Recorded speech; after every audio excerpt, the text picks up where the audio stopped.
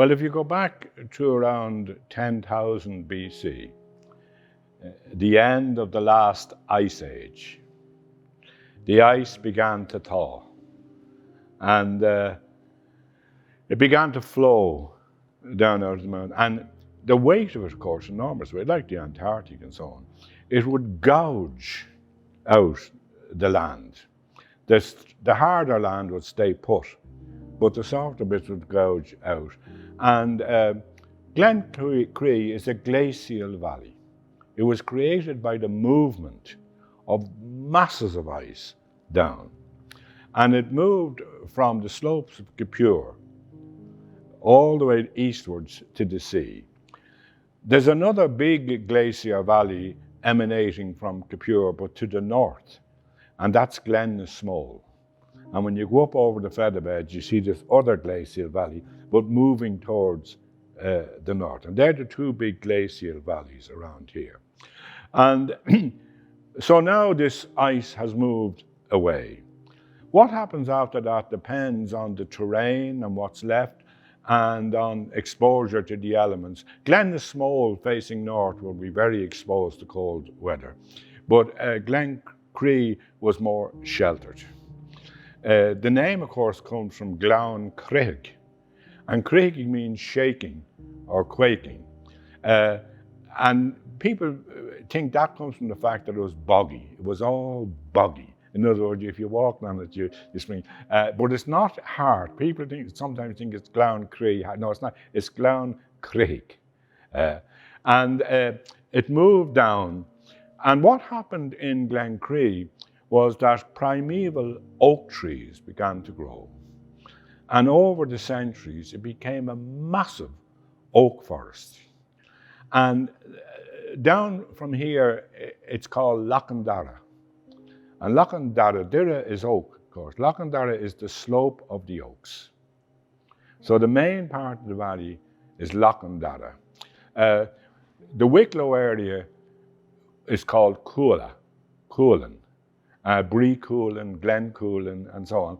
And if you go right down the glen to where Powerscourt now is, that's Fair Coolin. And that's Fair Coolin, the men of Coolin.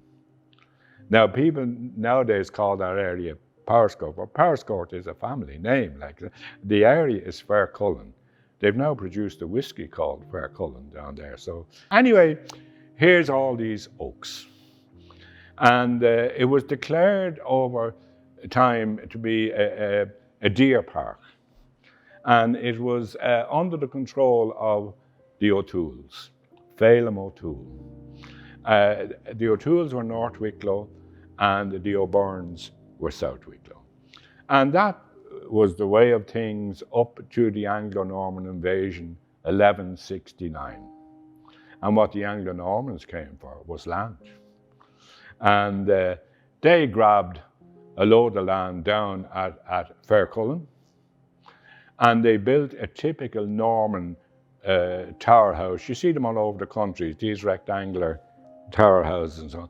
And their name was the Power, the Anglo-Norman family, and the Power is power, and they called the place Powerscourt.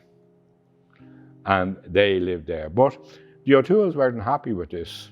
And over the centuries, we won't go into the details, but the O'Tooles managed to grab it back again.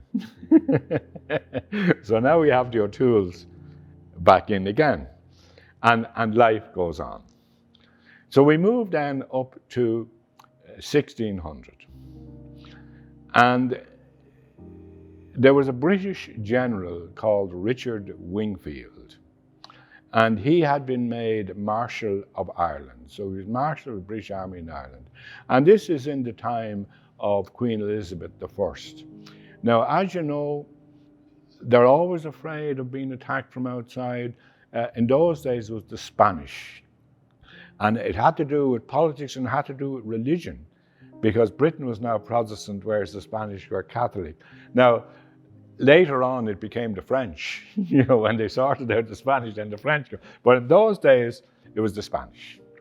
And 1601, a huge Spanish fleet landed in Kinsale. Now, it was a huge mistake because their allies were the O'Neills and O'Donnells, who lived up in Donegal and Tyrone. So the first mistake was they landed at the wrong end of the country. And the second mistake was they landed in winter. Now, what the O'Neills and O'Donnells should have done was said, well, we're staying put. But they marched the whole length of Ireland in winter to try and come to their aid. Meanwhile, Richard Wingfield headed the British Army down to Kinsale to try and sort them out. So he defeated the Spanish at Kinsale, and he was the one who oversaw the surrender of the Spaniards in Kinsale. Then he routed the Irish. They fled back up to Northern Ireland in the middle of winter, but by the time they got there, they were no longer a force that could take on the British. So they decided to cut their losses and emigrated to Spain, the flight of the Earls. But one Gaelic leader up there, Cahir O'Doherty, he said, no, we'll take them on. So he turned around to take on the British, and Wingfield again went up and not only defeated Cahir O'Doherty, but executed them. So that was that. So he was due a little something in return for all that. And the little something consisted of 50,000 acres of County Wicklow. All this area, all down to Fair Cullen, all up across the mountains and so on. But there was the little matter of the O'Tooles, who are still hanging about. So they were jostling there, but that was finally sorted in 1607, when the Wingfields and the O'Tooles clashed. And they managed not only to rout O'Toole's people, but to kill O'Toole in battle, Phelim O'Toole. And if you ever visit Powerscourt, there's a place called the Killing Hollow, which is near where the house is, and near where the Pepper Pot Tower is. And that's where they killed Phelim O'Toole. And that was the end of that. Now, there are still O'Tooles all over Wicklow, but they no longer own all that. They might have long-term ambitions to get it back sometime, but now the Wingfields are in. And also in return for that, he was made a Viscount.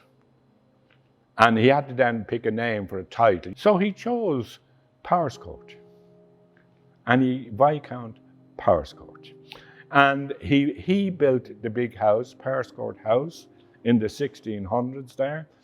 It was always reputed that much of the original Anglo-Norman tower had been retained in the house. And when the house went on fire in 1974, it emerged, yes, it is there in the middle.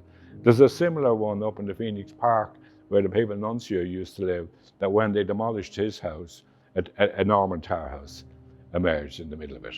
Up there at the Phoenix Park Visitor Centre. But anyway, there's the Wingfields now in, and they owned all this land, and they owned it right down until 1960. The Wingfields were extremely powerful, one of the most powerful families in Ireland.